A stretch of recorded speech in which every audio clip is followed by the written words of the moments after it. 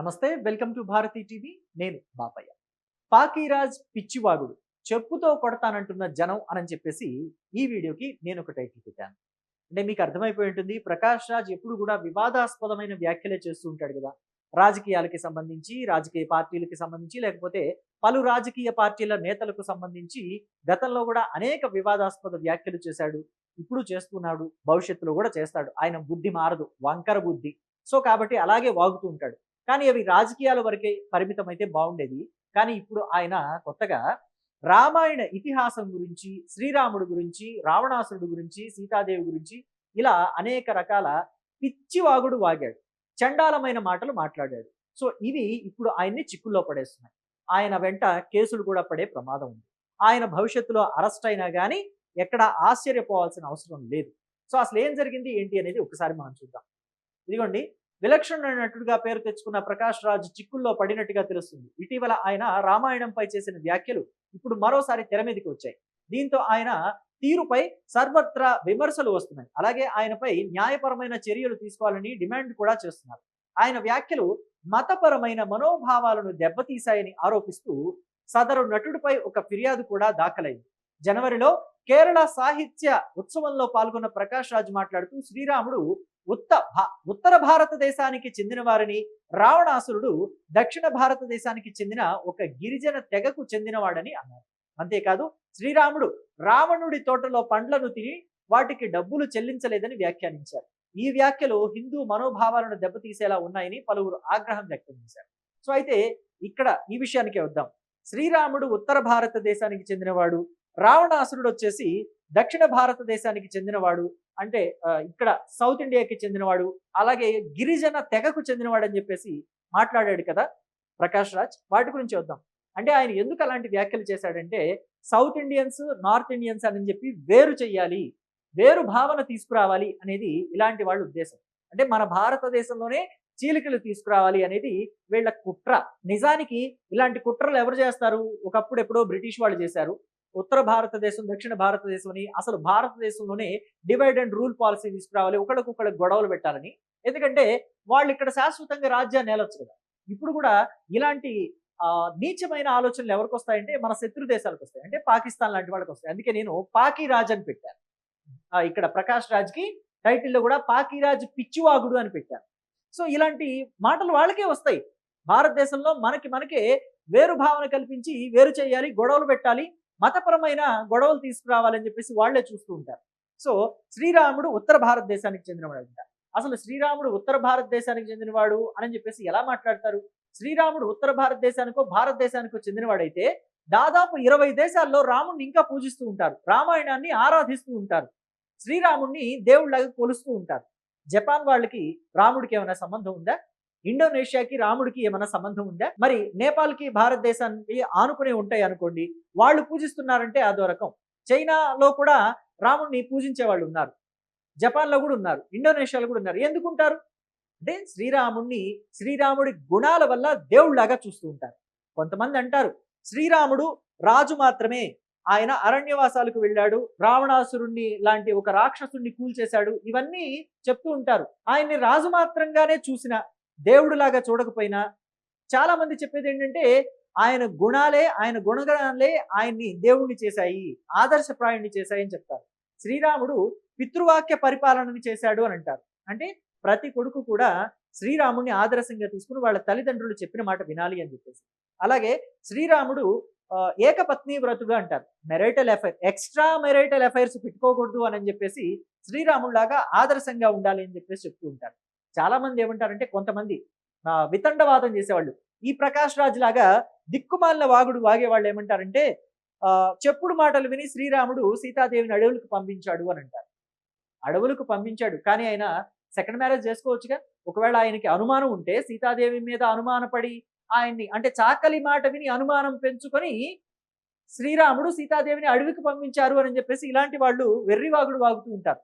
మరి నిజానికి శ్రీరాముడు అనుమానించుంటే సీతాదేవిని అడవులకు పంపించుంటే ఆయన చక్కగా సెకండ్ మ్యారేజ్ చేసుకుని ఎంజాయ్ చేయొచ్చు కదా లైఫ్, రాజ్యాన్ని పాలించుకోవచ్చు, ఆయనకి ఇష్టం వచ్చినట్టు పాలించుకోవచ్చు, ప్రజల మీద పన్నుల భారాన్ని మోపొచ్చు. కానీ ఆయన అలాగే చేయలేదే, సింగిల్గా అలాగే ఉండిపోయాడు. అది రాముడిలోని గొప్పతనం. ఏకపత్ని వ్రతం అంటారు కదా, అది రాముడు సిద్ధాంతం. అలాగే తన తండ్రి మాటని గౌరవించి అడవులకి వెళ్ళిపోయాడు. రాజ్యం నేనెందుకు వెళ్ళాలి? ఈ రాజ్యం నాది, ఇంట్లో పెద్ద కొడుకుని నేను, నా ఇష్టం నేను వెళ్ళను అని అంటే ఏమవుతుంది? ఏమి చేయలేరు. పట్టాభిషేకం ఆయనకే అయ్యేది, చక్కగా రాజు అయ్యేవాడు. సీతని తీసుకొని కొత్తగా పెళ్ళైన రాముడు ఎందుకు అడవులకు వెళ్ళాడు? పితృవాక్య పరిపాలన అది. సో పేరెంట్స్ ఏం చెప్తే అది వినాలి అని అంటారు. ఇంకా రామరాజ్యం అని కూడా చెప్తూ ఉంటారు. శ్రీరాముడు తన రాజ్యాన్ని ఎంత చక్కగా పరిపాలించాడో, ప్రజల్ని ఎంత ప్రేమించాడో, ప్రజల కోసం ఎంత పరితపించాడో, ప్రజల మాటనే తన మాటగా భావించుకున్నాడు, తన మాటనే ప్రజల మాటగా భావించుకున్నాడు. ఎవరైనా ఇప్పటికి కూడా చూడండి, రామరాజ్యం తీసుకొస్తాము అని అంటారు. సో అంటే ఏంటి? అంత మంచి పరిపాలన, ప్రజల్ని ఇబ్బంది పెట్టకుండా చేసే పరిపాలన. సో కాబట్టి ఇప్పుడు రాజకీయ నాయకులు కూడా శ్రీరాముడినే ఆదర్శంగా తీసుకుంటారు. కానీ ప్రకాష్ రాజ్ లాంటి వాళ్ళకి మాత్రం వెర్రి తలకెక్కి, పిచ్చి తలకెక్కి రామాయణం మీద, రాముడి మీద, లక్ష్మణుడి మీద, సీతాదేవి మీద ఇలాంటి పిచ్చి వాగుడు వాగుతూ ఉంటారు. సో అయితే ఇంకా ఇక్కడ మనం గమనించాలి, శ్రీరాముడు రావణాసురుడి తోటలో పళ్ళు తిని డబ్బులు ఎక్కొట్టాడు అని చెప్పేసి మాట్లాడుతున్నాడు. ఏ ఇతిహాసాల్లో చూశాడు ప్రకాష్ రాజు? ఏ కావ్యంలో చూశాడు? ఎక్కడ చూసొచ్చాడు? రాముడు ఆయన అడవుల్లో ఉంటూ ఉంటే అక్కడ ఆ అడవుల్లో వాళ్ళు కందమూలాలు తింటూ అవంతా కూడా ఉన్నాయి అని చెప్పేసి, అంటే ఇతిహాసాల్లో అలాగే ఉంది. ఆయన చెప్పిన దానికే వద్దాం. రావణాసురుడు ఉండేది శ్రీలంకలో. రాముడు శ్రీలంకకి వెళ్ళలేదు కదా, ఆయన భారతదేశంలోనే ఉన్నాడు. లంక ఎక్కడుంది? సముద్రం మధ్యలో ఉంది. రావణాసురుడి తోటలో పండ్లు తినాలంటే రాముడు సీత లంకకు వెళ్ళాలి కదా. ఈ ఆలోచన ఎందుకు రాలేదు ప్రకాష్ రాజ్కి? అసలు సీతాదేవిని అడవిలో నుంచి ఎత్తుకుపోయింది రావణాసురుడు. సీతాదేవి శ్రీరాముడు లక్ష్మణ సమేతంగా అడవిలో నివసిస్తూ అరణ్యవాసం చేస్తుంటే సీతాదేవి మీద కన్నేసి మాయలేడి రూపంలో వెళ్ళి రాముణ్ణి లక్ష్మణుని డైవర్ట్ చేసేసి సీతాదేవిని ఎత్తుకుపోయింది రావణాసురుడు.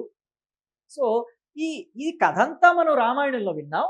కానీ ప్రకాష్ రాజ్ చెప్పేది ఏంటంటే ఇక్కడికి లంకకు వెళ్ళి రావణాసురుడి తోటలో పండ్లు తినేశారంట సీత రాముడు ఇద్దరు కూడా. అందుకని రావణాసురుడికి డబ్బులు కట్టలేదని కోపం వచ్చింది. ఇది ఎక్కడ పిచ్చి లాజిక్ అసలు? ప్రకాష్ రాజ్కి మైండ్ ఉందా పోయిందా? చదవేస్తే ఉన్నమతి పోయింది అంటారు. ఇన్ని సినిమాలు చేసి, ఇన్ని పుస్తకాలు చదివి, ఇంత విజ్ఞానం పెంచుకొని చివరికి పిచ్చివాడు అయిపోయాడా ప్రకాష్ రాజ్? సో ఇదేంటో, ఈ జ్ఞానం ఏంటో, ఈ జ్ఞాన గుళికలేంటో, ప్రకాష్ రాజ్ ఏంటో నాకు అర్థం కావట్లేదు.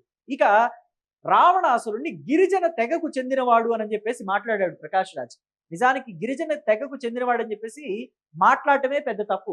అసలు అప్పట్లోనే శ్రీలంక ఎంత చక్కగా నిర్మించుకున్నాడు రావణాసురుడు అనేది అందరికీ తెలుసు. ఆ రోజుల్లోనే రావణాసురుడి దగ్గర పుష్పక విమానం ఉండేది. గిరిజనుల దగ్గర, గిరిజన తెగకి చెందిన వాళ్ళ దగ్గర పుష్పక విమానాలు ఉంటాయా? పిచ్చిగాని పట్టింది ఆ ప్రకాష్ రాజ్కి. ఏం మాట్లాడుతున్నాడు? అందరూ ఇప్పుడు ఇదే మాట్లాడుకుంటున్నారు. ప్రకాష్ రాజ్కి కాస్త వెర్రెక్కినట్టుంది, పిచ్చెక్కినట్టుంది అని చెప్పేసి.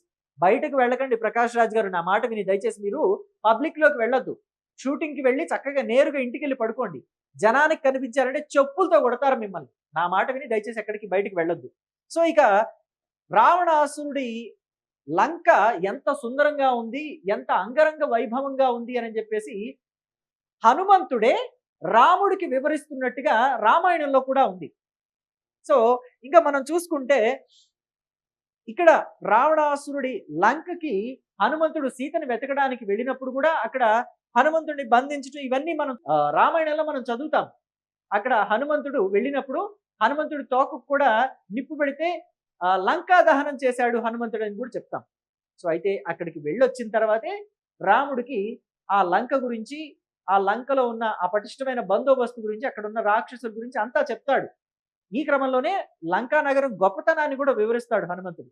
మరి అలాంటప్పుడు ఈ ప్రకాష్ రాజ్ ఎలా చెప్పాడు? గిరిజన తెగలకి అయితే మరి అంత పెద్ద పెద్ద భవంతులు, అంత బందోబస్తు ఇవంతా ఉంటాయా? ఏమో ప్రకాష్ రాజ్కి పాపం మైండ్ పోయిందేమో, మరి అర్థం చేసుకోవాలి. మొత్తం మీద ప్రకాష్ రాజ్ ఇప్పటికైనా క్షమాపణ చెప్పి సీతారాముల పట్ల ఆయన చేసిన అనుచిత వ్యాఖ్యలకి చింతిస్తున్నట్టుగా ప్రజలకి ఒక క్షమాపణ చెప్పటమా లేకపోతే దాని మీద స్పందించటమా చేస్తేనే ఆయన మీద ఇప్పుడు వెల్లుబికిన ఆగ్రహావేశాలు చల్లారుతాయి. లేదంటే ప్రకాష్ రాజ్ బయట కనిపిస్తే ఖచ్చితంగా చెప్పులతోనే సన్మానం చేస్తారు. చెప్పులు దండేసి వీలైతే దొరికితే ప్రకాష్ రాజ్ కనుక ఒంటరిగా ఎవరికైనా దొరికితే ఆయనకి గుండు కొట్టించి సున్నపు బొట్లు పెట్టి గాడిద మీద ఊరేగించినా కానీ ఆశ్చర్యపోక్కర్లేదు. దీని మీద మీ అభిప్రాయాన్ని కమెంట్ బాక్స్లో తెలియజేయండి. ప్రకాష్ రాజ్ని ఉపేక్షించి వదిలిపెట్టొచ్చా?